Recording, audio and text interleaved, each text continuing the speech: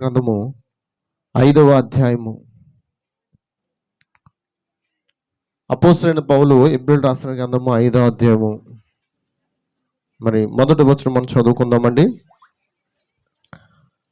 ప్రతి ప్రధాన యాజకుడును మనుషుల్లో ఉండి ఏర్పరచబడిన వాడై పాపముల కొరకు అర్పణను బలులను అర్పించుటకు దేవుని విషయమైన కార్యములు జరిగించుటకై మనుషుల నిమిత్తము నియమింపబడెను. తాను కూడా బలహీనత చేత ఆవరింపబడి ఉన్నందున అతడు ఏమియు తెలియని వారి ఎడలను త్రోవ తప్పిన వారి ఎడలను తాలిమ చూపగలవాడై ఉన్నాడు.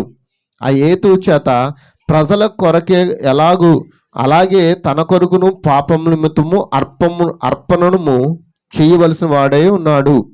మరియు ఎవడును ఈ ఘనత తనకు తానే వహించుకొనడు గాని అహరోను పిలువబట్లుగా దేవుని చేత పిలువబడిన వాడే ఈ ఘనత పొందెను. హల్లెలూయా, హల్లెలూయా. ఈ చిన్న మరి లేఖనాన్ని దేవుడు దీవించును గాక. చిన్న ప్రార్థన చేసుకుందాం. Only believe, only believe, all things are possible, only believe, Jesus is here, my Jesus is here, and all things are possible, Jesus is here. Lord, I believe, my Lord, I believe, and all things are possible, Lord, I believe. మహోన్నతుడ గొప్ప దేవుడానికి స్తోత్రాలు ప్రభువా. ఇదిగో నాయన చదువున్న లేఖనాన్ని మాతో మాట్లాడండి ప్రభువా. నీ ప్రత్యక్షత మాకు ఇవ్వండి ప్రభువా. నీ ప్రత్యక్షత కూడిన వాక్యంతో మాతో మాట్లాడండి. నీవు నమ్మదగిన వాడు, ఆశ్చర్యకరుడు తండ్రి. సహాయము చేయండి. మా అతిక్రమను మన్నించండి, మా దోషమును మన్నించండి.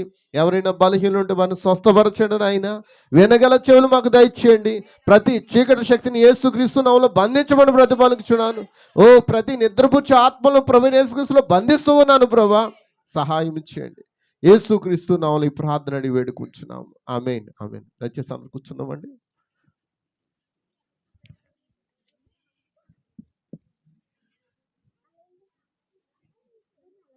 దేవునికి స్తోత్రం. హల్లెలూయా.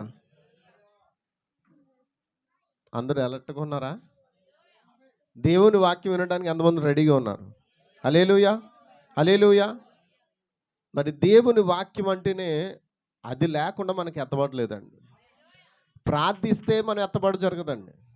పాటలు పాడితే ఎత్తబడి జరగదండి. మరి ఏం వింటే ఎత్తబడి జరుగుతుంది? ఆయన స్వరం వినుట ద్వారానే ఎత్తబడు. ఎంతమందికి అర్థమవుతుంది? ఆయన స్వరములు ఏముంది? శక్తి ఉన్నది. ఆయన స్వరములు ఏముంది? జీవం ఉన్నది. ఆయన నోటి ఊపిరి ద్వారా మనకు బలం ఉన్నది. హల్లెలూయా. ఈ భూమి మీద సృష్టించబడిన ప్రతి మానవుడు బ్రతికున్నాడంటే మొదటి ఆదాములో దేవుడు ఊదిన ఊపిరే. ఎంతమందికి అర్థమవుతుంది? ఆ ఊపిరి చేతనే నీవు ఎప్పుడైతే భూమి మీదకి వచ్చి ఉన్నావో అప్పటి నుంచి కూడా దేవుడు తన కృప ద్వారా కాపాడుతూ ఉన్నాడు. హల్లెలూయా. ఈరోజు మనకి ఎంతమందికి కృప కావాలి? కృపే మనల్ని కాపాడుతుంది. కృప లేనిదే మనం బ్రతకలేం. హల్లెలూయా. మన సొంత చిత్తాలు నెరవేర్చుకోవడానికి మనం రాలేదు. మన సొంత ఆలోచనలు నెరవేర్చుకోవడానికి రాలేదు. కానీ దేవుని చిత్తాన్ని, దేవుని ఆలోచనలను మనం నెరవేర్చడానికి ఇటు భూమి మీదకి వచ్చి ఉన్నాం. హల్లెలూయా, హల్లెలూయా. నేరుగా ఆ మాట ఎవరు చెప్తున్నారంటే యేసుప్రభువే చెప్తున్నాడు. ఏమన్నాడంటే, నా చిత్తాన్ని నేను నెరవేర్చుకోవడానికి రాలేదు కానీ నా తండ్రి చిత్తాన్ని నేను నెరవేర్చడానికి భూమి మీదకి వచ్చి ఉన్నాను అన్నాడు. మరి నీవెందుకు వచ్చి ఉన్నావు? హల్లెలూయా. నీ క్రమం ఏంటి? నీకు దేవుడు ఇచ్చిన ఆలోచన ఏంటి? నీకు ఇచ్చిన తలాంతం ఏంటి? నువ్వు సమస్తమును నువ్వు దేని కొరకు వాడుతున్నావు? హల్లెలూయా. ఈరోజు మనం నేర్చుకోవాల్సి ఉన్నాం. హల్లెలూయా. ఇక్కడ నేను చదివిన లేఖనం చూడండి. ప్రతి ప్రధాన యాజకుడును, బైబిల్ అదే చెప్తుంది కదండి. ప్రతి ప్రధాన యాజకుడును మనుషులలో నుండి ఏర్పరచబడిన వాడే. ఎక్కడి నుంచి ఏర్పరచబడతాడు? మరి నేనైనా, ప్రధాన యాజకులు ఎవరైనా, పాస్టర్స్ అయినా ఎక్కడి నుంచి రావాలి? నిజమండి. నేను చాలాసార్లు చెప్తుంటాను, మీకు 2 కొమ్ములు ఉంటే నాకు కూడా ఏముంటాయి? నిజమేనా? మీకు తోక ఉంటే నాకు కూడా ఏముంటుంది? ఉండాలి కదా. ఎంతమందికి అర్థమవుతుంది? హల్లెలూయా. దేవుడు మిమ్మల్ని ఏ రూపంలో అయినా, ఆయన పోలికలో, ఆయన స్వభావంలో ఎలా సృష్టించుకున్నాడో, ఈ రోజున ప్రధాన యాజకుడిని కూడా దేవుడు ఆ విధంగానే సృష్టించుకున్నాడు. నేను ఏదో ఎవరినో వ్యత్యాసం చేయడానికి ఈ మాటలు చెప్పట్లేదు. హల్లెలూయా. దేవునికి స్తోత్రం. యేసు ప్రభు కూడా ఆయన ఎవరి పోలికలో వచ్చాడు? నా పోలికలో వచ్చాడు. నిజమేనండి. ఆయన పోలిక ఆయనలో వచ్చాడు. ఆయన పోలిక నాకు ఇచ్చాడు, నా పోలికలో ఆయన వచ్చాడు. నిజమేనా? నిజమేనండి. హల్లెలూయా.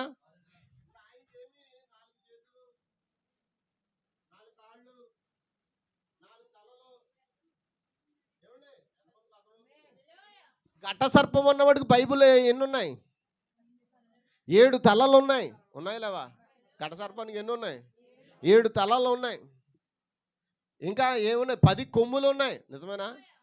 7 తలలు ఉన్నాయి. తలకు ఒక కొమ్ము చొప్పున 10 కొమ్ములు ఉండాలి కదా. కానీ 10 కొమ్ములుగా 7 కొమ్ములు కలిగిన జంతువు కూడా ఉంది. 10 కొమ్ములు కలిగిన జంతువు. 10 కొమ్ములు దేనికి సాదృశ్యం అంటే అధికారానికి సూచన. 10 అగ్రరాజ్యాలు. హల్లెలూయా. 10 అగ్రరాజ్యాలు ఆ మృగము యొక్క చేతిలో బందీగా ఉన్నాయి. వాళ్ళ అధికారం అంతా ఆమె ఏం చేసింది? ఆ మృగం, ఆ బీస్ట్ ఏం చేసింది? తన గుప్పెట్లో పెట్టుకున్నది. హల్లెలూయా. దేవునికి స్తోత్రం. ఎంతమందికి అర్థమవుతుంది? హల్లెలూయా. ఒక బలమైన వాక్యం వినాలంటే నీలో బలమైన ప్రేరేపణ కూడా ఉండాలి. బలమైన ప్రేరణ లేకపోతే దేవుడు ఏ కార్యం చేయడండి. హల్లెలూయా. ఇందాక చెప్పాను నేను, మనం ఎక్కడికైనా వెళ్ళాలని ఆసక్తి మనకుంటే, దేవుని సన్నిధికో లేకపోతే కూటానికో లేకపోతే ఏదైనా పని చేయడానికి మనకు ఒక ఆసక్తి ఉంటేనే ఆ శక్తికి దేవుడు తన శక్తిని జతచేస్తాడు. దేవుడు తన శక్తిని జత చేస్తాడు. ఆ శక్తి లేకపోతే ఇంకా ఆయన ఏమి చేయడు. అంతమందికి అర్థమవుతుంది. అయితే గమనించండి, ప్రతి ప్రధాన యాజకుడును మనుషులలో నుండి, ఎక్కడి నుండి అంట? మనుషుల్లో నుండే ఏర్పరచబడిన వాడై పాపముల కొరకు అర్పణములను బలులను అర్పించుటకు దేవుని విషయమైన కార్యములు జరిగించుటకే మనుషుల నిమిత్తము. మనుషులు నియమించలేదు. ఎవరు నియమించారు? ఏమండి, ఎంతమందికి అర్థమవుతుంది? మనుషులు నియమించారా? మనుషుల నిమిత్తం నియమించబడ్డా? పాస్టర్ మనుషుల నిమిత్తం నియమించబడ్డా? మనుషులే నియమించారా? ఆ మాట ఎంతమందికి అర్థమవుతుంది? అర్థమైందండి. ఒక సేవకుడు లేకపోతే ఒక యాజకుడు మనుషుల నిమిత్తం నియమించబడ్డా లేకపోతే మనుషులే అతను నియమించాడా? ఏమండి, ఇక్కడ ఉన్న వాళ్ళందరూ నేనే పాస్టర్గా ఉండాలని ఎవరైనా కోరికని ఇక్కడికి వచ్చారండి? ఎవరైనా దయించి ఒక చేతులు ఎత్తి చూపించండి. నేనే పాస్టర్గా ఉండాలని కోరికని ఇక్కడికి వచ్చారా? రాలే కదండి. ఒకవేళ మనుషులందరూ నన్ను నియమించి ఇక్కడ పెట్టారా? అందరికి అర్థమవుతుందా? మనుషులందరూ నియమించి నన్ను పెట్టారా? లేకపోతే మీరు అందరూ అనుకుని ఇతనే పాస్టర్గా ఉండాలని నియమించుకుని ఇక్కడ పెట్టుకున్నారా? లేకపోతే దేవుని చేత నియమించబడ్డా? దేవుని చేత నియమించబడిన వాడు మనుషుల కొరకే నియమింపబడ్డాడు. హల్లెలూయా. మీ కొరకు దేవుడు నన్ను నియమించాడు తప్ప, నిజమేనా? అంతే కదండి. మీ కొరకే దేవుడు, మీ నిమిత్తం దేవుడు ఒక సేవకుని దేవుడు నియమించాడు అంతే. ఎందుకనంటే మీ పాపముల నిమిత్తం ప్రాయశ్చిత్తం చేయడానికి. నిజమేనా? యాజకుడు ఏం చేస్తాడు? పాపముల నిమిత్తం ప్రాయశ్చిత్తం చేయడానికి. హల్లెలూయా. ఎంతమంది ఇక్కడ ఉన్నారు? ఎంతమంది మీ ఆలోచనలు సరి చేసుకుంటున్నారు? హల్లెలూయా. చూడండి, దేవుని విషయమైన కార్యములు జరిగించుటకే మనుషుల నిమిత్తము నియమింపబడ్డాడు. అయితే తాను కూడా ఏమై ఉన్నాడు? బలహీనుడు. నేను కూడా ఏమై ఉన్నాను అమ్మా. యేసయ్య కూడా ఏమై ఉన్నాడు చెప్పండి? యేసుక్రీస్తు ఏమన్నాడు? తాను అర్పించబడవలసిన సమయం వచ్చినప్పుడు తాను కూడా ఏమన్నాడు? ప్రభువా, నీ చిత్తమైతే ఈ గిన్నె నా యొద్ద ఎంతమంది ఇక్కడ ఉన్నారు? అర్థమవుతుందా నా మాటలో? ఆయన అర్పించబడవలసిన సమయం వచ్చినప్పుడు కూడా ఆయన ఏమన్నాడు? ప్రభువా నీ చిత్తమైతే ఈ గిన్నె నా యొద్ద నుండి ఎందుకన్నాడు? ఎందుకు అన్నాడంటే ఆయన మానవుడిగా ఉన్నాడు, పరిపూర్ణ మానవుడిగా ఉన్నాడు కనుక అతడు బలహీనుడిగా ఉన్నాడు. కానీ అదే సమయంలో ఆయన ఏమై ఉన్నాడు తెలుసా? ఆయన ఎందుకొరకు భూమి మీదకి వచ్చాను అనే ఒక ఆలోచన ఆయన ఎరిగి ఉన్నాడు. ఆయనకు ముందే తెలుసు నేను భూమి మీదకి ఎందుకు పంపబడ్డాడన్న సంగతి ఆయనకు ముందే తెలుసు కనుక ఆయన ఏమన్నాడు? అయినను నీ చిత్తమే నా ఎడల ఏమన్నాడండి? అయినను నీ చిత్తమే నా ఎడల. ఈరోజు మనమందరం ఏమని చెప్పాలి? ప్రభా నీ చిత్తమైతేనే, ప్రభా నీ చిత్తమైతేనే, నీ చిత్తమైతే నాకు ఈ కార్యము చేయి, నీ చిత్తమైతే నాకు ఈ పని చేయి, నీ చిత్తమైతేనే నాకు సమస్తము సమకూడి జరిగించినట్లు చేయి. కానీ ఆయన చిత్తానికి బదులు మనం ఏం చేస్తున్నాం అంటే మన సొంత చిత్తాలను నెరవేర్చుకోవడానికి భూమి మీదకి వచ్చినట్టుగా ఉన్నాం. నిన్ను మాట చెప్తున్నందుకు నన్ను మన్నించండి. మన సొంత చిత్తాలు, మన సొంత నిర్ణయాలు, మన సొంత ఆలోచనలు నెరవేర్చుకోవడానికి భూమి మీదకి వచ్చినట్లుగా మనకు అనిపిస్తుంది. నిజమేనండి? ఎంతమందికి అర్థమవుతుంది? దేవుడు నిన్ను పిలవలే. దేవుడు ఎందుకు పిలిచాడంటే దేవుని పనుల విషయంలో దేవుడు నీ చేత ఒక పని చేయించుకోవడానికి ఆయన నిన్ను ఎన్నుకున్నాడు. హల్లెలూయా. దేవుని దూతను వర్తమానంలో చెప్తూ ఉన్నాడు. గమనించండి, మోషేను దేవుడు ఎన్నుకున్నప్పుడు, మోషే చిన్న పిల్లవాడిగా పుట్టినప్పుడు అసలు ఎందుకొరకు ఎన్నుకు చేయబడ్డాడు? మన శుక్రవారం వచ్చిన వాళ్ళకి అర్థమవుతుంది ఆ విషయాలు. శుక్రవారం వాక్యంలో నేర్చుకున్నాం. నిజమేనా? అతడు ఎందుకొరకు భూమి మీదకు పంపబడ్డాడంటే అబ్రహాముకు వాగ్దానం చేయబడిన ఆ వాగ్దాన దేశంలోనికి తీసుకుపోవడానికి ఒక మనుష్యుడు అవసరం. నిజమేనా? మొన్న వారం కూడా చెప్పాను, దేవుని పరిశుద్ధాత్మకి ఎవరు కావాలి? ఎవరు కావాలి అమ్మా చెప్పండి. వినబట్లేదు ఇక్కడ శిష్యు అంటున్నారు కానీ అది పూర్తిగా పలకండి. ఏంటది? ఒక మనుష్యుడు, దేవుని పరిశుద్ధాత్మ మీలో పని చేయడానికి ఒక మనుష్యుడు కావాలి. అది నీవే ఎందుకు కాకూడదు? అవునా కదా? ఆయన పని చేయడానికి నువ్వు ఒక పనిముట్టుగా వాడబోతున్నావు. ఎందుకంటే మోషే దేవుని చేతిలో ఒక పనిముట్టై ఉన్నాడు. మోషే ఎవరండి?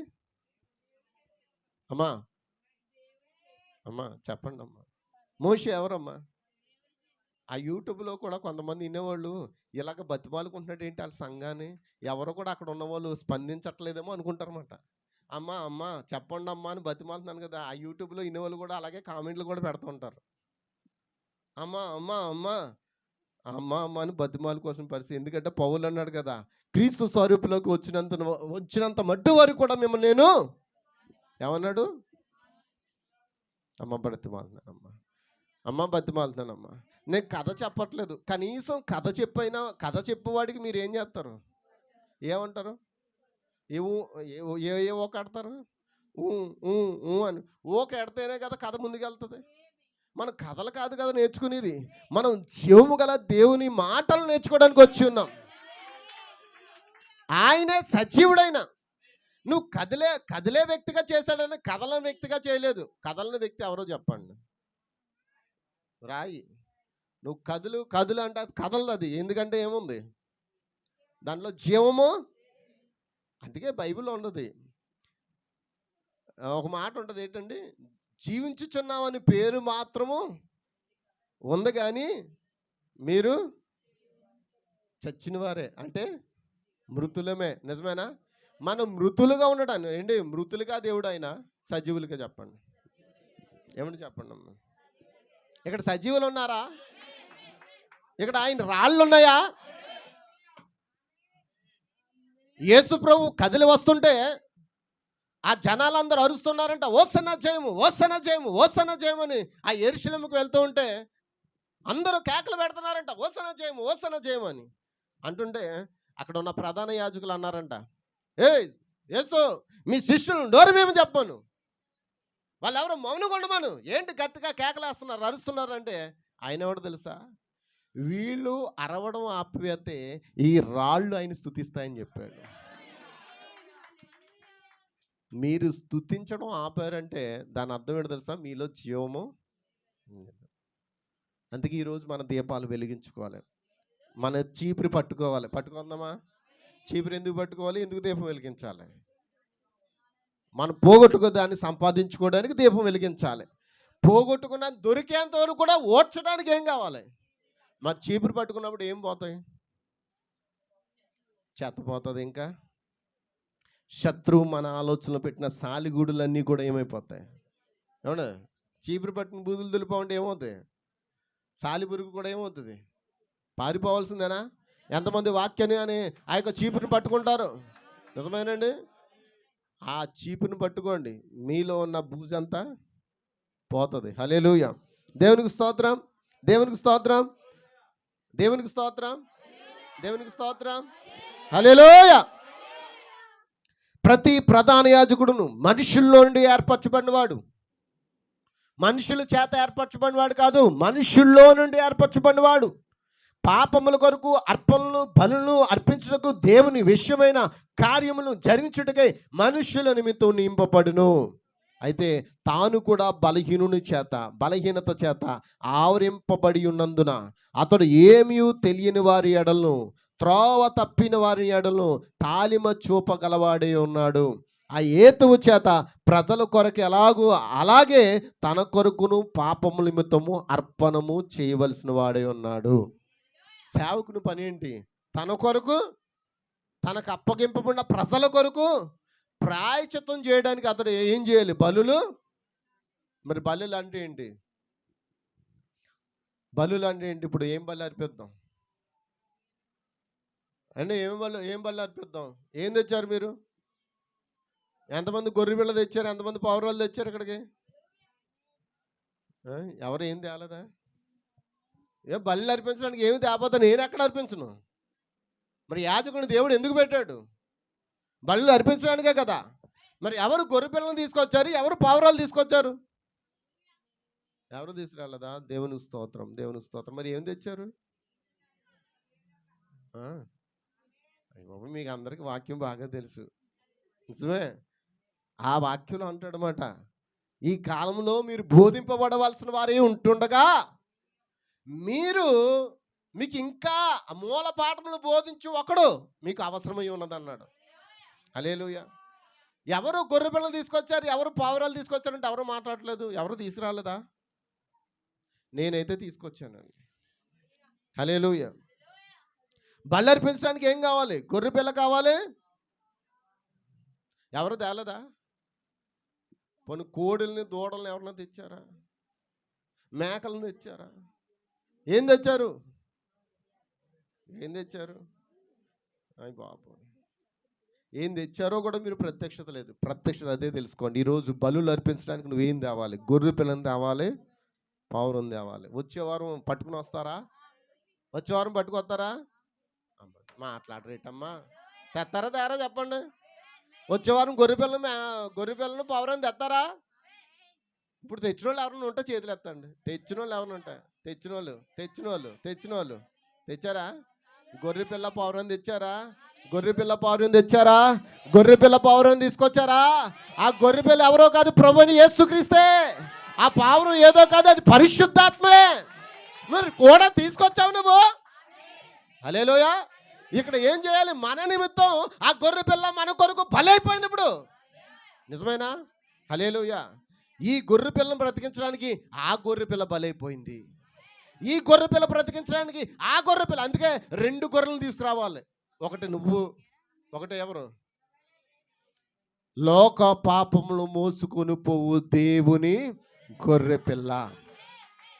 ఈ 2 గొర్రెలు వచ్చినప్పుడు ఏం చేయాలంట? ఒక గొర్రెని విడిచిపెట్టాలంటే ఒక గొర్రెని వధించాలంట.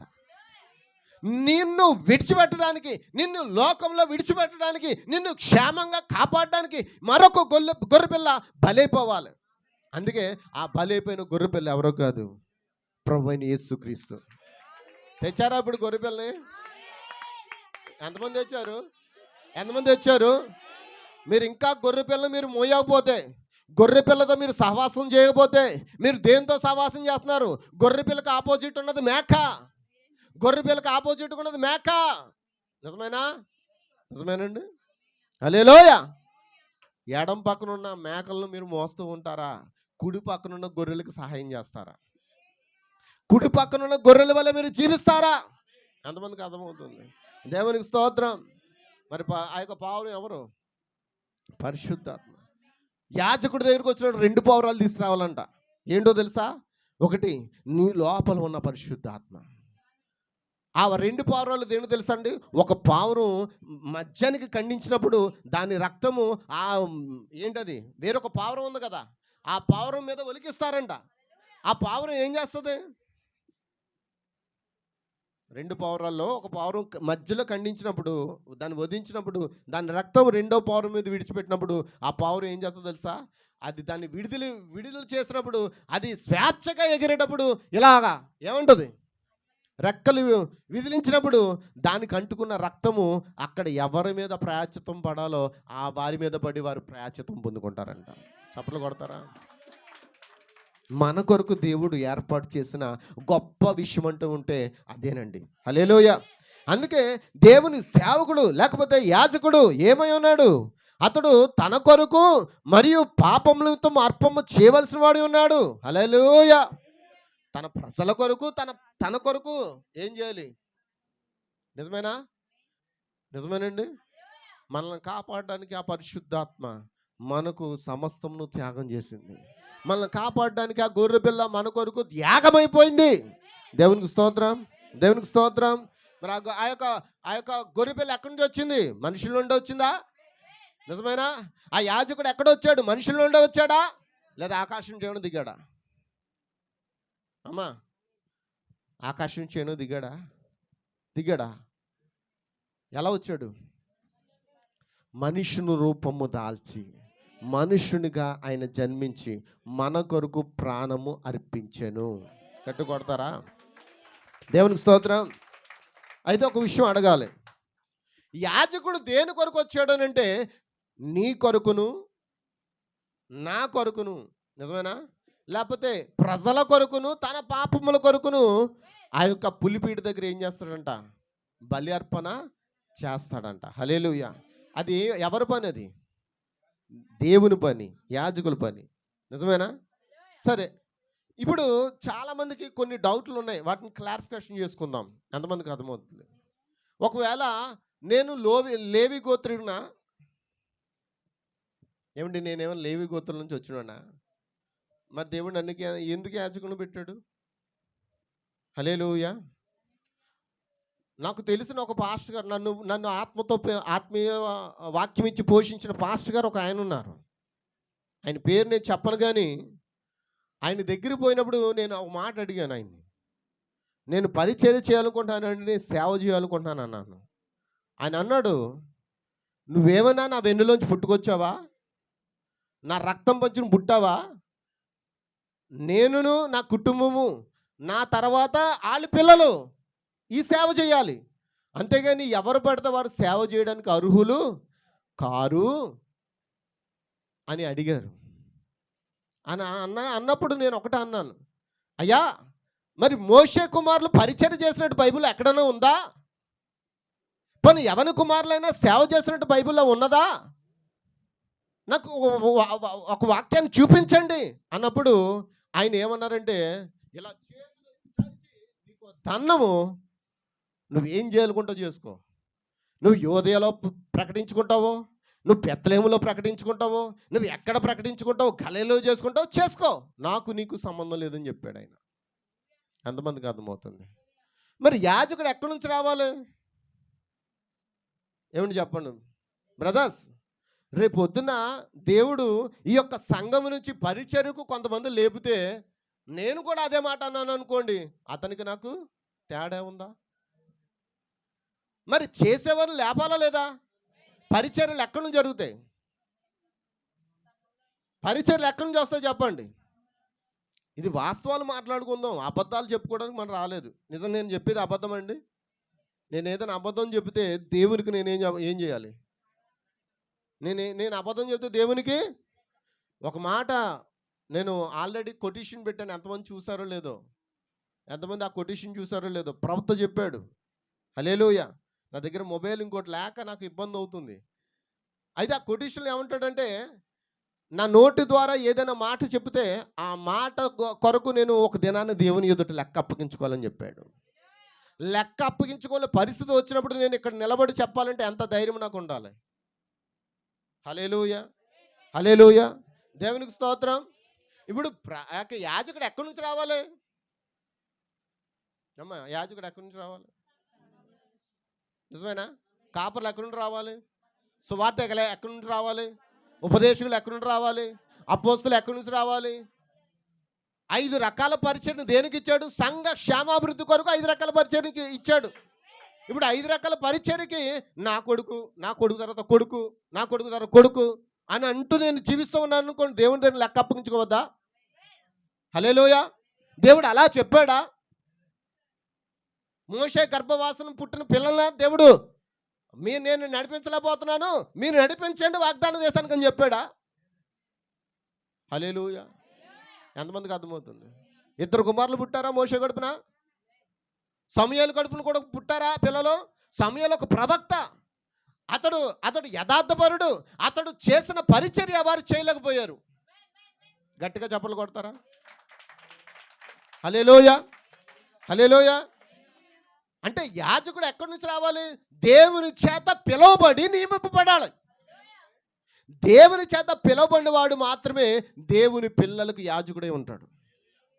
మనుషుల చేత నియమింపబడిన వాడు జీతగాడే తప్ప వాడు దేవుని చేత ఏమంటారు దాన్ని, దేవుని పరిచర్యలోకి వచ్చిన వాడు కాడు. హల్లెలూయా, దేవునికి స్తోత్రం. ఎవరు ఏమనుకున్నా సరే ఉన్నది ఉన్నట్టు మాట్లాడుకుందాం. హల్లెలూయా. ఎవరైనా అమ్మ మొబైల్ నాకు ఇచ్చేసండి, అందులో నేను చిన్న కోడ్స్ పెట్టుకున్నాను. దేవునికి స్తోత్రం. హల్లెలూయా, హల్లెలూయా.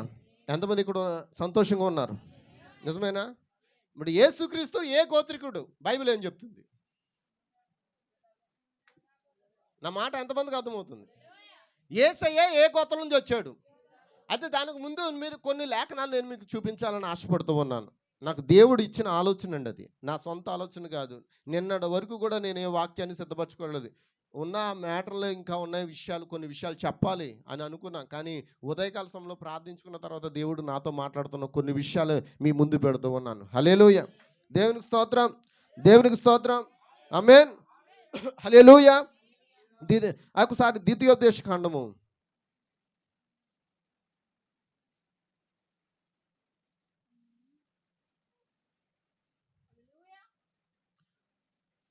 ఒక్క నిమిషం నేను తీస్తున్నాను. హల్లెలూయా. మన వారం మనం ద్వితీయోపదేశ కాండం నుంచి కదా నేర్చుకున్నాం. హల్లెలూయా, ఆమేన్. 18వ అధ్యాయం, ద్వితీయోపదేశ కాండం 18వ అధ్యాయం. త్వరగా తీయాలి. అక్కడ ఏమంటున్నాడు? యాజకులైన లేవీయులకు, గుర్తుపెట్టుకోండి, యాజకులైన. అప్పుడు ఆ దినాల్లో 12 గోత్రాల్లోంచి దేవుడు లేవీల్ని బయటికి తీసుకొచ్చాడు. ఈ లేవీలు ఎవరనంటే అబ్రహాము వంశం నుంచి వచ్చిన వారే. నిజమేనండి? అబ్రహాము వెన్నులోంచి వచ్చిన వారే. అబ్రహాము ఆ యొక్క మెల్కీసెదెకుకి దశమ భాగము చెల్లిస్తే దేవుడు అంటున్నాడు, అబ్రహామా నువ్వు కాదు, నీ వెన్నులోంచి వచ్చిన లేవీడికి నువ్వు దశమ భాగం చెల్లించావు అని చెప్పాడు.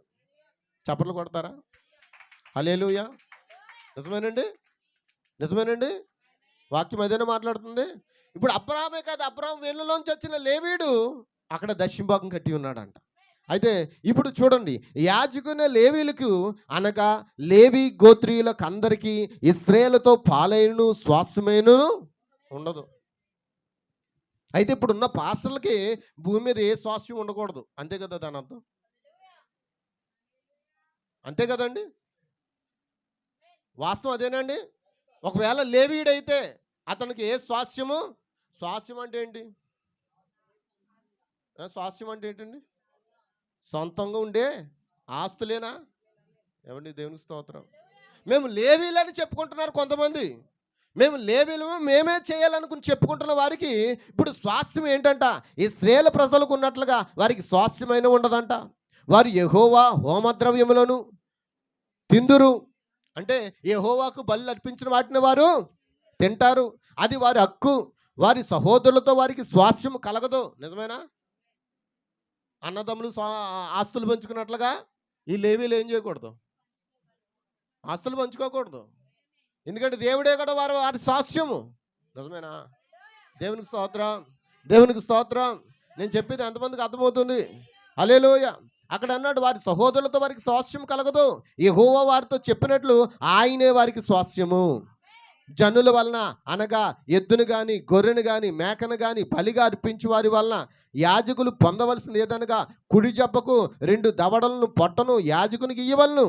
నిజమేనా? కుడి జబ్బను 2 దవడల్ని పొట్టను యాజకుని ఇయ్యవలను.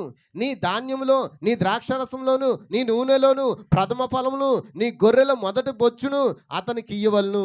నిత్యము యెహోవా నామమును నిలిచి సేవ చేయుటకు నీ గోత్రములన్నిటిలోను అతని సంతతి వారిని నీ దేవుడైన యెహోవా ఏర్పరచుకొని ఉన్నాడు. నిజమేనా? మరి 24 పెద్దల్లో లేవీలు ఉన్నాడా? లేవీలు ఉన్నారా? యాజకత్వం చేసేవారు పెద్దలు ఎందుకు ఉంటారు? 24 పెద్దల్లో 12 మంది గోత్రకర్తలు ఉన్నారు. 12 మంది గోత్రాలు లేవీ గోత్రం ఉన్నదా? దేవుడు దాన్ని ఉంచి ఉన్నాడు. హల్లెలూయా. వారికి స్వాస్థ్యాన్ని ఇచ్చిండు. ఎందుకంటే వారి స్వాస్థ్యం ఎవరో? దేవుడే కదా. ఎంతమందికి అర్థమవుతుంది? హల్లెలూయా.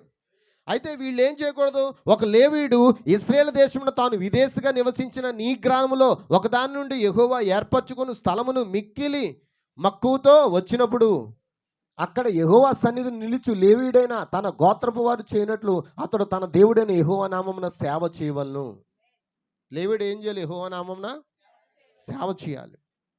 అమ్మబడిన తన పిత్రాజీతం వల్ల తనకు వచ్చినది గాక అతడు ఇతరుల వల్లే వంతు అనుభవింపవలను. హల్లెలూయా.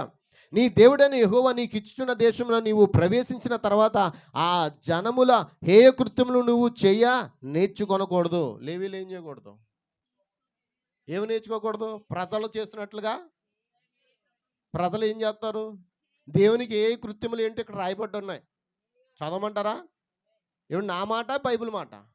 బైబిల్ మాట అంటే దేవుని మాటేనా? అక్కడ ఏమన్నాడు? ఒకవేళ నువ్వు సేవ చేయాలనుకుంటున్నావా, నువ్వు లేవిడిగా ఉండాలనుకున్నావా, నువ్వు యాజకత్వం చేయాలనుకుంటున్నావా, అయితే జనములు ఏ కృత్యములు చేయనట్లుగా నువ్వు ఏమీ నేర్చుకొనకూడదు.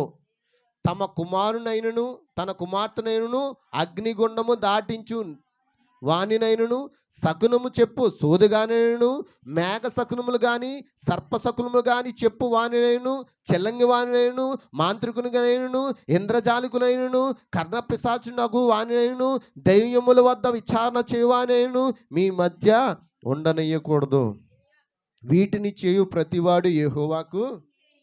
అంటే యాజకుడు ఏం చేయకూడదు? మనుషులందరూ ఏం చేస్తారు? కొంచెం బలహీనపడగానే తాబీదు దగ్గరికి వెళ్ళిపోతారు. నిజమేనా? కొంచెం బలహీనపడగానే సోది చెప్పే వాళ్ళ దగ్గరికి. ఎందుకు ఎలా జరిగింది? ఎందుకు ఎలా జరిగింది? మాకేం జరిగింది? మాకెవడన్నా అది ఎట్టాడా, ఇది ఎట్టాడు, ఉప్పు పెట్టాడు, నిమ్మకాయ ఎట్టాడా, ఏమెట్టాడు అన్నట్లుగా ఈ యాజకులు ఏం చేయకూడదు? నిజంగా ఎట్టుంటారో ఒకసారి వెళ్ళి చూసుకుని వస్తే బాగుంటుందని ఆ సోది చెప్పే వాళ్ళ దగ్గరికి పోయి వారి చేతిని అలా చేయవాడు యెహోవాకి ఏమై ఉన్నాడంట? హేయుడు. ఆ ఏయములైన వాటిని బట్టి నీ దేవుడైన యెహోవా నీ ఎదుటి నుండి ఆ జనములు వెళ్ళగొట్టుచున్నాడు. హల్లెలూయా. నిజమేనా? ఎంతమందికి అర్థమవుతుంది? దేవునికి స్తోత్రం. హల్లెలూయా. అయితే దేవుడు చెప్తున్నాడు ఇక్కడ, మోషేలోంచి మాట్లాడున్నాడు. ఆ వాక్యం నేను చదువుతున్నాను చూడండి, కిందన ఆ మాట 16వ వచనంలో. ఈ గొప్ప అగ్ని నాకు ఇకను కనబడకుండునుగాక అని చెప్పి తిని ఆ సమయమున నీ దేవుడైన యెహోవాను నీవు అడిగిన వాటిని అన్నిటిని చొప్పున నీ దేవుడైన యెహోవా నీ మధ్యను నా వంటి ప్రవక్తను మీ సహోదరులో నీ కొరకు పుట్టించును. ఆయన మాట నీవు. నిజమేనండి? మోషే వంటి ప్రవక్త వచ్చాడా? మోషే వంటి ప్రవక్త వచ్చాడా? నా వంటి ప్రవక్తను మీలో నుండి లేపుతానన్నాడు. ఎవరు ఆయన? యోషువ. Oh my god. నా వంటి ప్రవక్తను మీలోండి లేపుతానండి. ఎవరైనా? ఆయన ప్రభువైన యేసుక్రీస్తు అండి. ప్రభువైన యేసుక్రీస్తు అండి. హల్లెలూయా. అయితే వారి అక్కడ ఏమన్నాడంటే వారి సహోదరులో నుండి నీ వంటి ప్రవక్తను వారి కొరకు పుట్టించదును, అతని నోట నా మాటలు ఉంచదనని చెప్పాడు. హల్లెలూయా. ఇప్పుడు యేసుక్రీస్తు మాట ఎవరి మాట? నిజమేనా? ఎంతమందికి అర్థమవుతుంది? ఇప్పుడు వీళ్ళకి లేవీలకి ఇవ్వబడిన ఆజ్ఞలు అవి. నిజమేనా? నిజమేనండి. లేవీలకి స్వాస్థ్యమే దేవుడే. వారికి భూమి మీద ఏ ఆస్తులు ఉండకూడదు. వారికి ఆస్తి అంటూ ఉంటే అది దేవుడే తప్ప మరి ఏమీ ఉండకూడదు. హల్లెలూయా. అయితే మరి ఇప్పుడు ఈ కాలంలోకి వద్దాం. మరి ఈ కాలంలో అంటే 2000 సంవత్సరాల క్రితంకి వద్దామండి. యేసుక్రీస్తు కాలంలోకి వద్దాం. నిజమేనా? దేవునికి స్తోత్రం. మరలా మనం ఇందాక చదువుకున్నాం ఎబ్రిల్ రాసిన పత్రిక 5వ అధ్యాయం. ఎబ్రిల్ రాసిన పత్రిక 5వ అధ్యాయం తీయండి.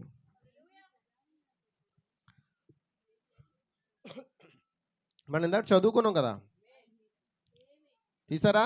హల్లెలూయా.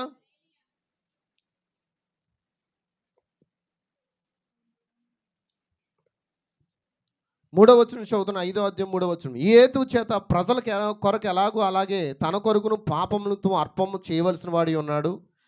మరియు ఎవడును ఈ ఘనత తనకు తానే వహించుకొనడు గాని అహరోను పిలువబడినట్లుగా దేవుని చేత పిలువబడిన వాడే ఈ ఘనత పొందును. యాజకుని ఘనత ఎలా వస్తుంది? దేవుని వల్లే వస్తుంది, మనుషుల వల్ల కాదు. ఎంతమందికి అర్థమవుతుందండి? హల్లెలూయా. అటువలే క్రీస్తు కూడా ప్రధాన యాజకుడగుటకు తన్ను తానే మహిమపరచుకొనలేదు గాని తను మహిమపరచుకున్నాడా? నీవు నా కుమారుడువు, నేడు నిన్ను కని ఉన్నానని ఆయనతో చెప్పిన వాడే ఆయన మహిమపరచను. ఎవరు మహిమపరచాలి మనల్ని? ఎవరికి అన్నారు మనల్ని? అమ్మ చెప్పండి. హల్లెలూయా. ఎవరికి అన్నారు? అదేంటి? సేవకులు కదా మిమ్మల్ని అన్నది. మరి పౌలు అన్నాడుగా. పౌలు ఏమన్నాడు? నేను మిమ్మల్ని సువార్త ద్వారా కని ఉన్నానని చెప్పాడు. అయితే మనం అందరూ సౌలే కదా మన తండ్రి, పౌలే కదా మన తండ్రి. సువార్త ద్వారా కన్నాను అన్నాడా, లేకపోతే మీకు ముంచుడు ద్వారా మిమ్మల్ని కన్నానని చెప్పాడా? అందరు ఇక్కడ ఉన్నారా? అమ్మ సోదరులారా, నా మాటలు అందరికి అర్థమవుతున్నాయా? నేను సువార్త ద్వారా మిమ్మల్ని కన్నానని చెప్పాడు. మిమ్మల్ని ముంచడం ద్వారా కన్నానని చెప్పాడా? మరి ఇక్కడ కొంతమంది వ్యక్తులు ఉన్నారండి. ఒక్కొక్కరు ఒక్కొక్క వాక్యం చెప్పి ఒక్కొక్కరు దేవుని సన్నిధికి ఒక్కొక్కరు నడిపించి వచ్చారు. హల్లెలూయా. ఇక్కడ కొంతమంది వారి పిల్లలకి అన్నవాళ్ళు ఉన్నారు. ఇక్కడ ఉన్నారా లేదా? ఉన్నారా? లేరా? ఎవరికి అన్నారో చెప్పండి. మీరు అందరూ పిల్లలకి అన్నవాళ్ళే, కానీ క్రీస్తు కొరకు కన్నవాళ్ళు ఎవరున్నారు? అదే పౌలు అన్నాడు కదా, నేను సువార్త ద్వారా మీ కొరకు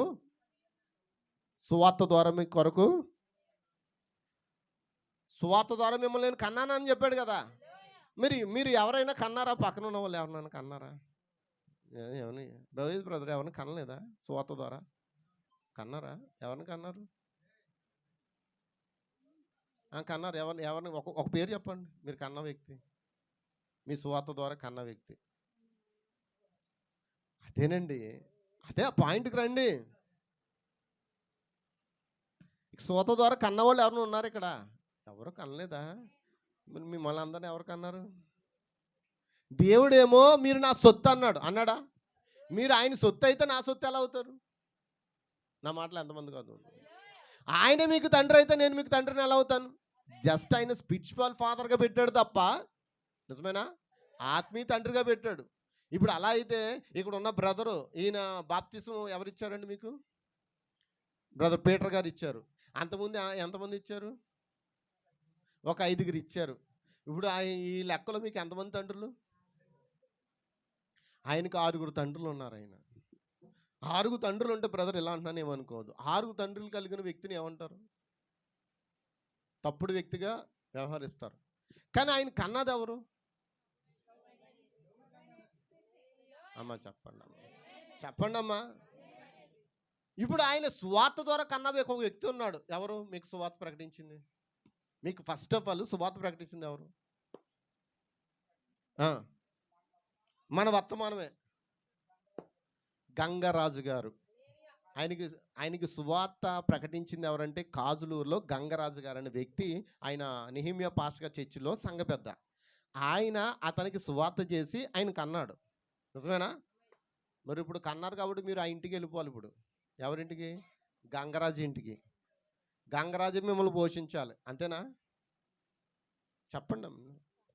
పౌలు సువార్త ద్వారా కన్నా తర్వాత పౌలు కూడా ఎంతమంది రెట్టు తిరిగాడు?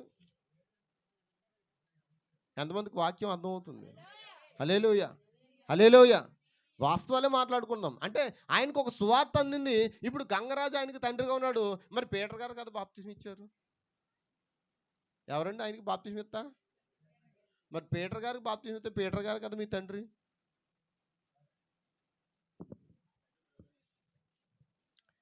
సువార్త ప్రకటించినవాడు ఆయనండి. ప్రయాసపడ్డవాడు ఆయనండి. ఎలాగైనా ఈ ఆత్మను పట్టుకోవాలని ప్రార్థించినవాడు ఆయనండి. ఎలా ఏదో రకంగా వర్తమానం ఆ హృదయంలో పాతేశాడండి. విత్తనం వేసేసాడండి. వేసినోడైనా ప్రయాసపడ్డవాడు. ఇప్పుడు ఆ తర్వాత నెమ్మదిగా వర్తమానం తెలుసుకుని పీటర్ గారి చేతికి అప్పగించబడ్డాడు. పీటర్ గారు ఏం చేశారు? బాప్తిసం ఇచ్చారు. ఇప్పుడు పీటర్ గారికి అన్నట్ట, గంగరాజు గారికి అన్నట్ట? నాకు తెలిసి సువార్త ప్రకారం కన్నవాడు గంగరాజు, కానీ తన సొంత రక్తం ఇచ్చి కొనుక్కున్నవాడు ప్రభువైన యేసుక్రీస్తు. ఇప్పుడు అలా అతనికి తండ్రి ఎవరనంటే ప్రభువైన యేసుక్రీస్తే.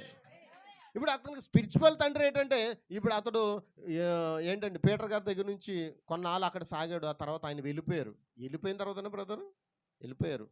ప్రభునందు నిద్రించారు. తర్వాత ఆయనకు వాక్యం లేక ఈ వాక్యం కొరకు ప్రార్థన చేసి చేసి చేసి చేసి ఇంచుమించు ఎన్ని సంవత్సరాలు? 2 సంవత్సరాలు, 3 సంవత్సరాలు, 4 సంవత్సరాలు. 2 సంవత్సరాలు ప్రార్థన చేస్తారు. ఆరాధన లేదు, ఏమీ లేదు. కానీ తర్వాత దేవుడు ఈ బ్రదర్ ద్వారా, అంతేనా? మీరేనా బ్రదర్? బోయాజ్ బ్రదర్ ద్వారా కొంత సమాచారం అందించి పలానా చోట సేవకుడు అభిషేకించిన ఒక వ్యక్తి ఉన్నాడు, ఆ వ్యక్తి దగ్గరికి వెళ్ళండి, మేము కూడా ఎక్కడికి వెళ్తున్నాం అని చెప్పినప్పుడు మీరు ఏం చేశారు? మళ్ళీ యాక్సెప్ట్ చేసి ఇక్కడికి వచ్చి ఉన్నారు. ఇప్పుడు నేను నీ తండ్రి నేనంటే కుదురుతుందా? ఒక బిడ్డకి ఎంతమంది తండ్రులు ఉంటారు? ఆయనే ప్రభువుని యేసుక్రీస్తు. తండ్రి అనే పేరు ఎవరికి పెట్టద్దు అన్నాడు. హల్లెలూయా, హల్లెలూయా. ఇప్పుడు పీటర్ గారు బాప్తిసం ఇచ్చిన వాళ్ళు ఇక్కడ ఎంతమంది ఉన్నారు? బోయాజ్ బ్రదర్ కూడా అక్కడే ఇచ్చారు. అటు తర్వాత మరలా ఆయన వెళ్ళిపోయిన తర్వాత ఆయన తర్వాత కొన్ని సమస్యలను బట్టి, కొన్ని ప్రాబ్లమ్స్ బట్టి మళ్ళీ వాక్యం కొరకు ఇక్కడికి వచ్చారు, చేర్చబడ్డారు. ఇప్పుడు స్పిరిచువల్ ఫాదర్గా ఆయన దగ్గర ఉన్నాను. ఆయన ఏమంటాడంటే, ఇప్పుడు మీరు నా ఆత్మీయ తండ్రి కదండి, నేను కొన్ని విషయాలు మీతో చెప్పుకోవాలంటాడు. నిజమేనా? నేను ఒక యాజకుడుగా, ఒక ఆత్మీయ తండ్రిగా దేవుడు నన్ను ఇక్కడ నియమించాడు కనుక అతను నా సమస్యలు చెప్పినప్పుడు నేను అతని కొరకు నేనేం చేస్తాను ఇక్కడ? అవునా కాదా చెప్పండి. విత్తినది ఒకరు, బైబిల్ ఉందండి అన్నమాట. విత్తినది ఒకరు, నీరు పోసింది మరొకరు, తర్వాత వృద్ధి చేసింది మరొకరు, చివరికి కోత కోసేది ఎవరు? ఆ రైతే కోత కోస్తాడు. విత్తింది ఎవరైనాను, నీరు పోసింది ఎవరైనాను, నిజమేనా? వృద్ధి చేసింది ఎవరైనాను, చివరికి కోత కోసేవాడు ప్రభువైన యేసుక్రీస్తు. హల్లెలూయా, హల్లెలూయా. ఎంతమందికి వాక్యం అర్థమవుతుంది? కాబట్టి యాజకుడు ఎక్కడి నుంచి రావాలి? మనుషుల్లోంచే కదా. మరి నేను లేవి గోత్రం నుంచి పుట్టలేదు, ఇప్పుడు నేను ఎలా యాజకుని అవుతాను? మరి యేసుక్రీస్తు ఏ గోత్రికుడు? బైబిల్ ఏం చెప్తుందో చూద్దాం. నిజమేనా? దేవునికి స్తోత్రం, దేవునికి స్తోత్రం. అందరు ఇక్కడ ఉన్నారా? అందరు మీ మనసులు ఇక్కడ ఉంచి ఉన్నారా? అక్కడ పౌలు అంటున్నాడు 12వ వచనంలో, కాలమును బట్టి 12వ వచనం చూడండి, 5:12లో, కాలము బట్టి చూచితే మీరు బోధకులుగా ఉండవలసిన వారి ఉండగా దేవోక్తిలో మొదటి మూల పాఠములను ఒకడు మీకు మరలా బోధింపవలసి వచ్చెను. మరలా మూల పాఠాలు బోధించడానికి దేవుడు ఒక వ్యక్తిని ఇక్కడ మీ కొరకు పెట్టి ఉన్నాడు. అంతేనా? అందరూ పాస్టర్లా? కాదు. అందరూ సేవకులా? కాదు. అందరూ ప్రార్థించేవారా? కాదు. దేవుడు సంఘ శాభాభివృద్ధికి కొంతమంది పాస్టర్లు గాను, లేకపోతే కాపర్లు గాను, కొంతమంది ఉపదేశకులు గాను, కొందరు సువార్తలు గాను, కొందరిని అపోస్తలు గాను, కొందరిని ప్రవక్తలు గాను దేవుడు ముందుగానే నిర్ణయించి ఉన్నాడు. దేవునికి స్తోత్రం. మరి నేను ఏమండి పుట్టుకతోనే పాస్టర్ అయిపోతానా? ఎవడైనా పుట్టుకతో పాస్టర్ అయిపోతాడా? కానీ లేవీలు అలా కాదు, వాళ్ళు పుట్టుకతోనే లేవీలు. బ్రదర్స్, నువ్వు అవునన్నా కాదన్నా వారికి సాక్ష్యం ఉండదు. ఎందుకంటే లేవి గాత్రంలో పుట్టాడా వాడు ఖచ్చితంగా దేవునికి ఏం చేయాలి? సేవ చేయాల్సిందే. నేను అక్కడ ఆస్తులు కొనుక్కుంటాను, ఇక్కడ ఈ కొండ కొనుక్కుంటాను, యెహోషువ మాకు ఆ కొండ ఇవి అనడానికి కుదరదు. అతడు లేవీడే. ఎంతమందికి అర్థమవుతుంది? అయితే దేవుడు లేవీడా? యేసుక్రీస్తు ఏమైనాడు? ప్రధాన యాజకుడై ఉన్నాడు. నిజమేనండి? యేసుక్రీస్తు ఏమై ఉన్నాడు? ఆయన మెల్కీ సెదకు యొక్క క్రమము చొప్పున నిరంతరము యాజకుడై ఉన్నాడంట. ఎవరు ఆయన? అవునా? ఇప్పుడు ప్రభు అయిన యేసుక్రీస్తు ఏ వంశాల నుంచి వచ్చాడో ఒక్కసారి మనము బైబిల్లోనే చూద్దాము. 7వ అధ్యాయము 4వ వచనం నుంచి చదువుదామండి దయించి. ఏప్రిల్ రాసిన పత్రిక, అపోస్తలుడైన పౌలు ఏప్రిల్ రాసిన పత్రిక 7వ అధ్యాయము 4వ వచనం చదువుతున్నాను. ఇతడు ఎంత గనుడో చూడండి. మూల పురుషుడైన అబ్రహాము అతనికి కొల్లగొన్న శ్రేష్టమైన వస్తువులో 10వ వంతు అతనికి ఇచ్చాను. నిజమేనా? మరియు లేవి కుమారులో నుండి యాజకత్వం పొందువారు తమ సహోదరులు అబ్రహాము గర్భవాసం నుండి పుట్టినను ధర్మశాస్త్రము చొప్పున వారి యొద్ద అనగా ప్రజల యొద్ద 10వ వంతును పుచ్చుకొనుటకు ఆజ్ఞను పొంది ఉన్నారు. కానీ వారితో సంబంధించిన వంశావళి లేనివాడైన, ఎవరికి? వారితో అంటే లేవీలతో సంబంధించి వంశావళి లేనివాడైన మెల్కీ సెదకు అబ్రహాము వద్దకు వచ్చినప్పుడు అబ్రహాము 10వ వంతు అతనికి ఇచ్చాడా లేదా? అమ్మ, ఎంతమందికి ఆమెనంటారు? ఎంతమందికి వాక్యం అర్థమైంది? అర్థమైందండి? మనం ఇవ్వాల్సింది 10వ వంతు ఎవరికి ఇవ్వాలి? లేవీలకి ఇవ్వాలి. కానీ అక్కడ లేవి వంశుడు కాదంట. ఎవరు? వంశావళి లేనివాడైన మెల్కీ సెదకు అబ్రహాము 10వ వంతు ఇచ్చి పుచ్చుకొని వాగ్దానములు పొందిన వారిని ఆశీర్వదించును. హల్లెలూయా, హల్లెలూయా. తక్కువవాడు ఎక్కువని చేత ఆస్వాదింపబడిన మాట కేవలము నిరాక్షేపమై ఉన్నది. మరియు లేవి క్రమము చూడగా చావునకు లోనైన వారు 10వ వంతులను పుచ్చుకొనుచున్నారు. అయితే ఈ క్రమము చూడగా జీవించుచున్నాడని సాక్ష్యము పొందినవాడు పుచ్చుకొనుచున్నాడు. లేవి క్రమం ఏంటి? చావునకు లోనైన వాళ్ళు, చచ్చిన వారు. అంతేనా? లేవి క్రమం ఏంటండి? చచ్చిన వారు 10వ వంతు పుచ్చుకుంటున్నారు. కానీ ఇక్కడేమన్నాడంటే ఈ క్రమం చూస్తే, మెల్కీ సెదకు క్రమం చూస్తే ఆయన నిరంతరము సజీవుడై పుచ్చుకొనుచున్నాడంట. ఇప్పుడు మీరు అందరూ దశమభాగం ఎవరు కడుతున్నారు? లేవీలు కడుతున్నామా? ఎవరు కడుతున్నారు? నాగ్గాని కడుతున్నారండి. ఒకవేళ మీరు నాగ్గాని కడుతున్నారని మీరు అనుకుంటే గుర్తుపెట్టుకోండి, మీరు దేవునికి ఇంకా బాకీ. ఎవరు ఇక్కడ బాకీ పట్టలే కదా. నేను దేవునికి భాగం కడుతున్నాను, దేవునికి ఏం చేస్తున్నాను? దశమభాగం చెల్లిస్తున్నాను. నువ్వు దేవునికి అనంటే ఎవరంటే ఆయన సజీవుడైన యేసుక్రీస్తు. అదే ఒక యాజకుని కడుతున్నానని నువ్వు దశమభాగం కట్టావా, అదేమవుతుందో తెలుసా? నువ్వు ఇంకా ఎవరికి బాకీ? నిజమేనండి? ఎవరికి బాకీ? నిజమేనా? చచ్చిన వారైనా ఆ లేవి క్రమమునకు వారు ఏం చేశారు? దశమభాగము కట్టారు. కానీ అబ్రహాం ఎవరికి కట్టాడంట? ఎవరు కట్టాడండి అబ్రహాం? చెప్పండి. లేవి గోత్రికుడా? యేసుక్రీస్తు లేవి గోత్రికుడా? వంశావళి లేనివాడైన మెల్కీ సెదకైన అబ్రహాము ఏం చేశాడు? 10వ వంతు పుచ్చుకొని వాగ్దానములు పొందిన వాని ఆశీర్వదించాడు. ఎంతమందికి అర్థమవుతుంది? అయితే ఈ క్రమం చూడగా జీవించుచున్నాడని సాక్ష్యము పొందినవాడు పుచ్చుకొనుచున్నాడు. అంతేకాక ఒక విధమున చెప్పిన ఎడల 10వ వంతులను పుచ్చుకొను లేవియు అబ్రాము ద్వారా దశమాంసములు ఇచ్చెను. హల్లెలూయా. నిజమేనండి? అబ్రాము ద్వారానే దశమాంసములు ఎవరికి ఇచ్చాడు? మెల్కీ సెదకు ఇచ్చాడా లేవీయుడు? ఆమేన్. లేవీలు అప్పుడు ఎక్కడున్నారు? అబ్రాము వెన్నులో ఉన్నారు. అబ్రాము సింధూర వృక్షం దగ్గర కూర్చున్నప్పుడు దేవుడైన యెహోవా అక్కడ మెల్కీ సెదకుగా వచ్చినప్పుడు అప్పుడు అబ్రాము ఏం చేశాడు? మాంసం ఇచ్చాడు కదండి. మాంసం ఇచ్చాడా? దూడనిచ్చాడా? తర్వాత రాజులు సంహారం చేసుకుని యుద్ధం చేసి తిరిగి వస్తున్నప్పుడు మెల్కీ సెదకు ఎదురైనప్పుడు కొల్లగొట్టిన సొమ్మంతట్లో 10వ వంతు ఎవరికి ఇచ్చాడు? ఇచ్చాడా లేదా? ఇప్పుడు ఎవరు అర్పించారు? లేవీలు కూడా దేవునికే అర్పణ అర్పించారు. చప్పట్లు కొడతారా?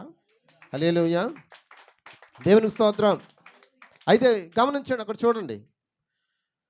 ఏలయనగా మెల్కీ సెదకు అతని పితరుని కలుసుకున్నప్పుడు లేవి తన పితరుని గర్భంలో ఉండెను. నిజమేనా? అప్పుడు లేవి ఎక్కడ ఉన్నాడు? తన పితరుడైన అబ్రాహాము గర్భంలో లేవీయుడు ఉన్నాడా? హల్లెలూయా.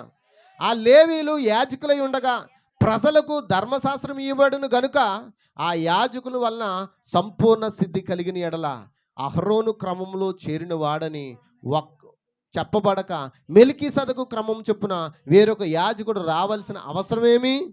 ఇదియుగాక యాజకులు మార్చబడిన ఎడల అవశ్యంగా యాజక ధర్మము సహా మార్చబడును. హల్లెలూయా. ఎవరిని గురించి సంగతులు చెప్పబడును? ఆయన వేరొక గోత్రంలో పుట్టెను. ఎవరండి? ఏమండి ఎవరి గురించి చెప్పబడింది? యేసుక్రీస్తు. హల్లెలూయా. యేసుక్రీస్తు గురించి చెప్పబడిందా? ఇప్పుడు యేసుక్రీస్తు ఏ గోత్రంలో పుట్టాడు? లేవి గోత్రంలో కాదు పుట్టింది. మరి ఏ గోత్రంలో పుట్టాడు? మరి యోధా గోత్రం వాళ్ళు సేవ చేయడానికి అర్హులా? కాదుగా. ఎంతమందికి అర్థమవుతుంది? హల్లెలూయా. దేవునికి స్తోత్రం. అందరు ఇక్కడే ఉన్నారా?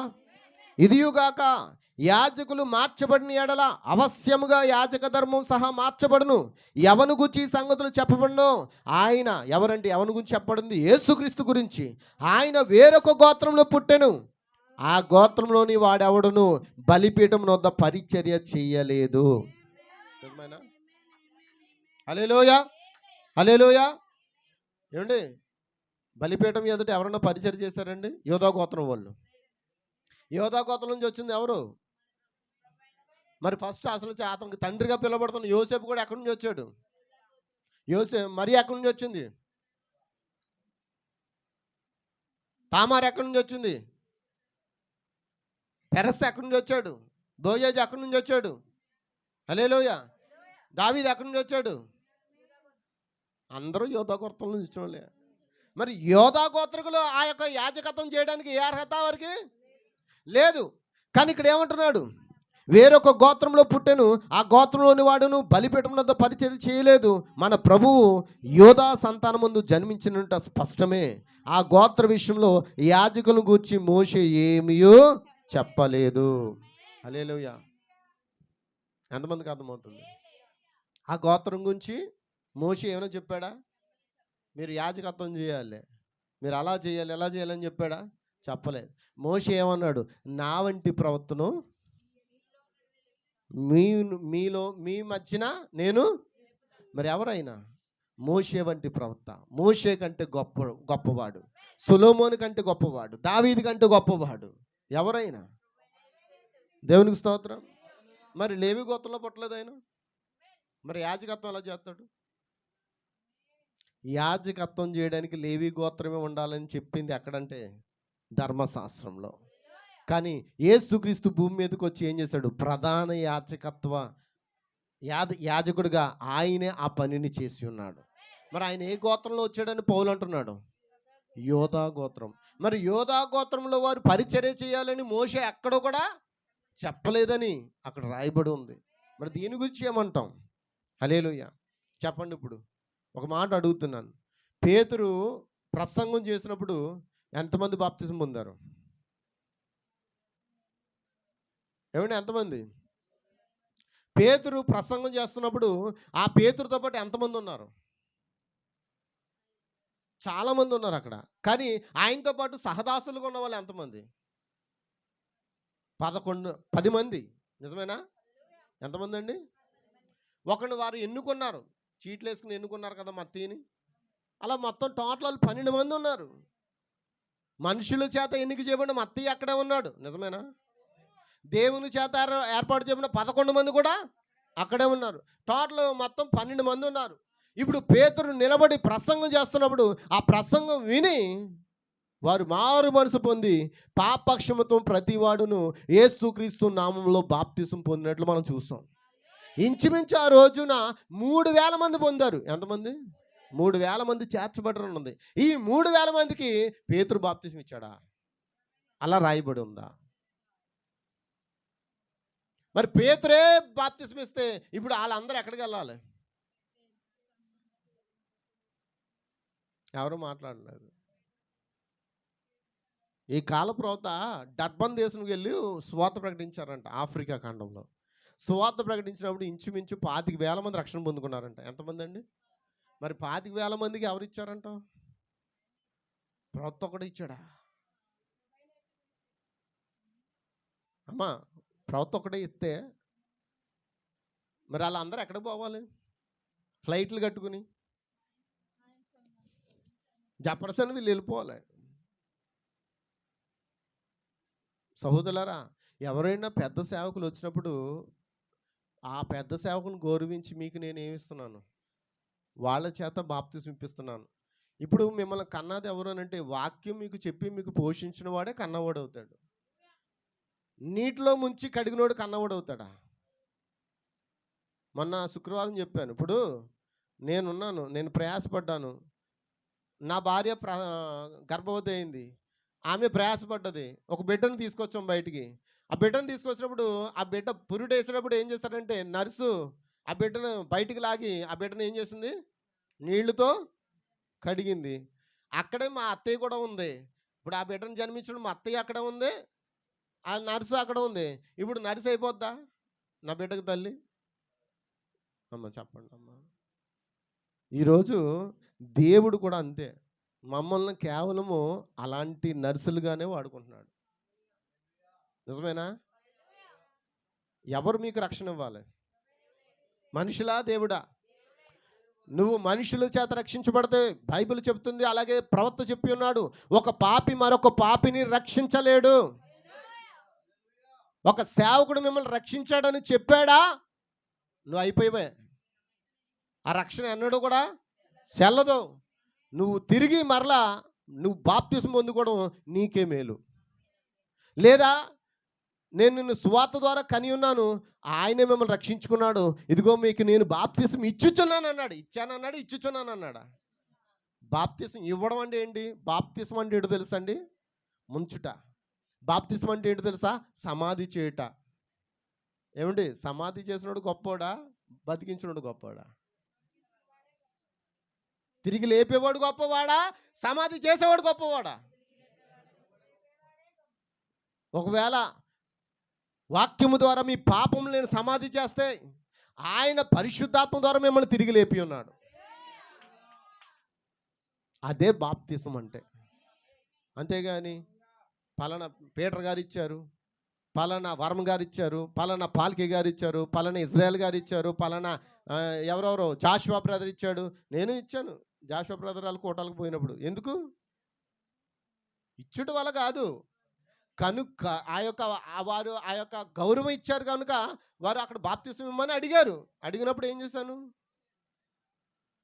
నాకు పెద్ద వ్యక్తిగా నన్ను గౌరవించాడు కాబట్టి నేను తిరిగి నీటిలోకి వెళ్ళి అడిగాడు కాబట్టి ఇచ్చాం బాప్తిసం.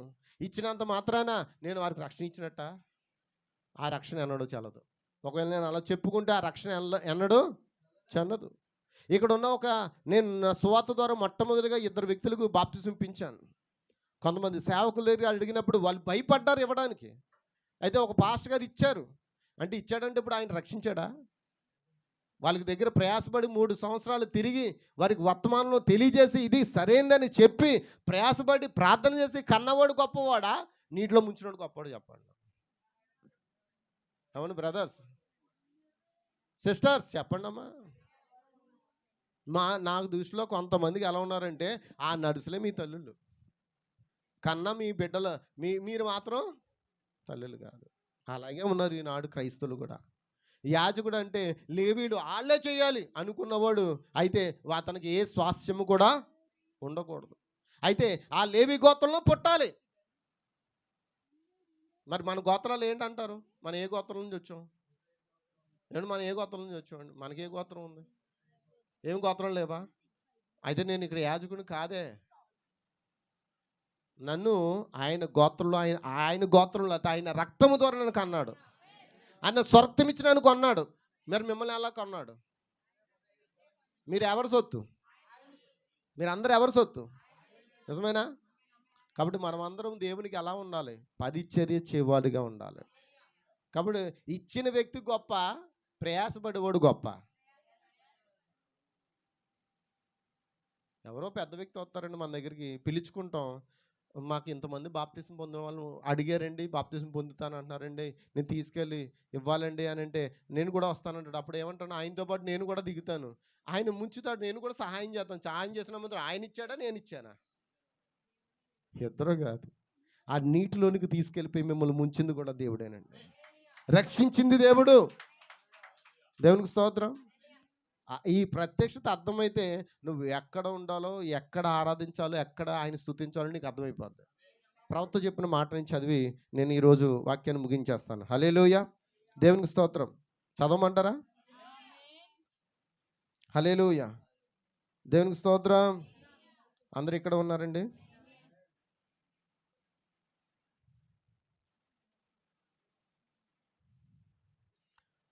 రెండు విషయాలు నేను చదువుతున్నాను. దయించి దేవుని దూతాను వర్తమానంలో చెప్తున్నాడండి. నేను చదువుతున్నాను చూడండి. అబ్రాము ముందే చెప్పబడిన రీతిగా ఇశ్రాయేలు ప్రజలు ఐగుప్తుకు వెళ్ళి 420 సంవత్సరాలు బానిసత్వంలో ఉన్నారు. వాగ్దాన సమయం దగ్గర పడినప్పుడు మీరు దీన్ని గమనించాలని నేను కోరుతూ ఉన్నాను. ఇప్పుడు గమనించండి. వాగ్దాన సమయం దగ్గర పడినప్పుడు ప్రజలు ఆ సమయంలో వారికి ఏదో సంభవించడం చూడడం ప్రారంభించారు. కొన్ని సమస్యలు రావడం చూశారు. మనం ఎక్కడికి వెళ్ళబోతున్నాం? అందరూ వాగ్దాన దేశంలోకి వెళ్ళబోతున్నామా? అయితే కొన్ని సమస్యలు రావడం చూశారు. ఎల్లప్పుడూ అదే విధంగా ఉంది. ప్రజలను ఐక్యపరచడానికి దేవుడు ఎల్లప్పుడూ సమస్యలు కలుగు చేస్తాడు. ఎంతమందికి అర్థమైంది? ప్రజలను ఐక్యపరచడానికి దేవుడు సమస్యలను కలుగు చేస్తాడంట. ఎంతమందికి అర్థమవుతుంది? మీకు తెలుసా, ప్రజలు ఇంకెంత మాత్రము నేను ఈ చర్చికి చెందినవాడిని, నేను ఆ చర్చికి చెందినవాడిని అనే విభజన లేని సమయం ఒకటి రాబోచున్నదని నేను నమ్ముచున్నాను. శ్రమలే వెలపెట్టి కొనబడిన దేవుని యొక్క పెద్ద సంఘమంతటిని ఐక్యపరుస్తుందని నేను నమ్ముచున్నాను. అప్పుడు మనమందరము క్రీస్తు యేసునందు ఒకటవుతాం మరియు ఆయన ఆమెను గృహానికి తీసుకువెళ్తాడు. అప్పుడు ఈ సిద్ధాంతం సరైందా లేదా ఆ సిద్ధాంతం సరైందా అని మనం ఇంకెంత మాత్రం వాదించం. ఎంతమందికి అర్థమవుతుంది? ఎప్పుడు తీసుకెళ్తాడు దేవుడు? మేము ఆ సంఘము మీ సంఘం అంతా చెప్పుకున్నంత కాలం ఆయన తీసిపోడు. మనమందరము క్రీస్తు సంఘం అని చెప్పుకున్నంత వరకు ఆయన వెయిటింగ్ చేస్తూ ఉన్నాడు. అలా చెప్పుకునేవారు ఎవరంటే వధువు మాత్రమే. నేను మిమ్మల్ని కనలేదు. ఎవరికి అన్నారు?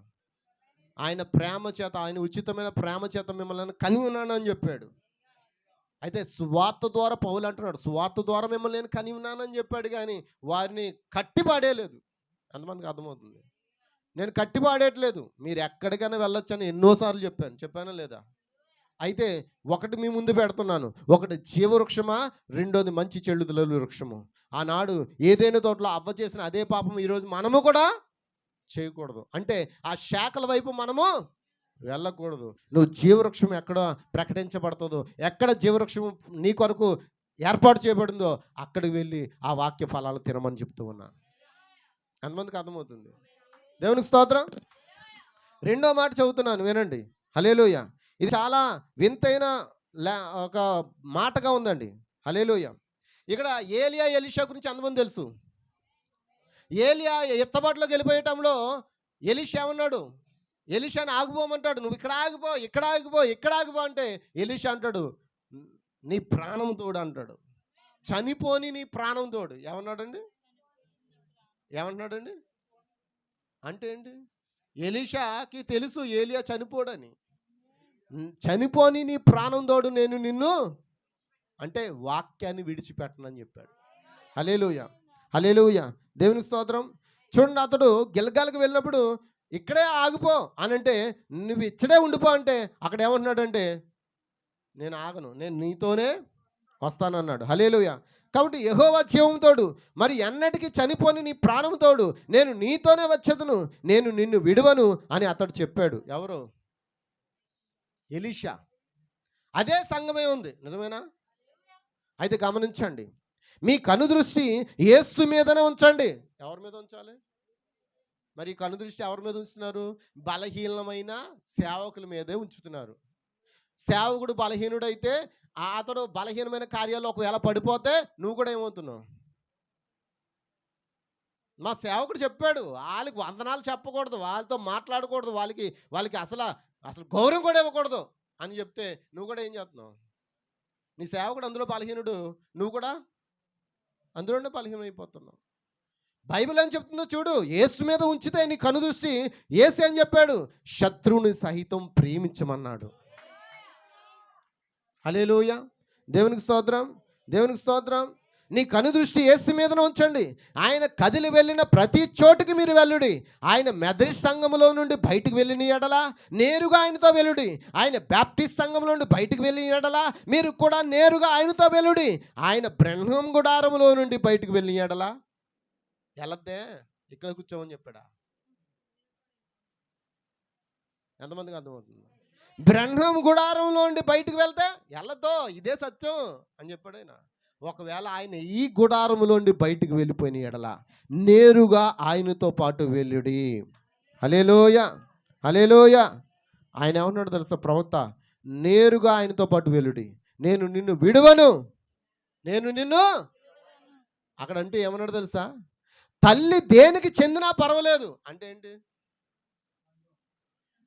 తల్లి సంఘం, తల్లి ఏ సంఘానికి చెందినా పర్వాలేదు, తండ్రి ఏ సంఘమునకు చెందినా పర్వాలేదు, ఇది జరిగినా లేదు మరి ఏది జరిగినా నేను నీతోనే వచ్చేదను, నేను నిన్ను విడిచిపెట్టను. హల్లెలూయా. నేను నీ యొక్క సాక్షిని, నేను వెళ్ళలేను, నీవు నా యొక్క భాగమై ఉన్నావు. హల్లెలూయా. ఎంత చక్కని మాట అండి.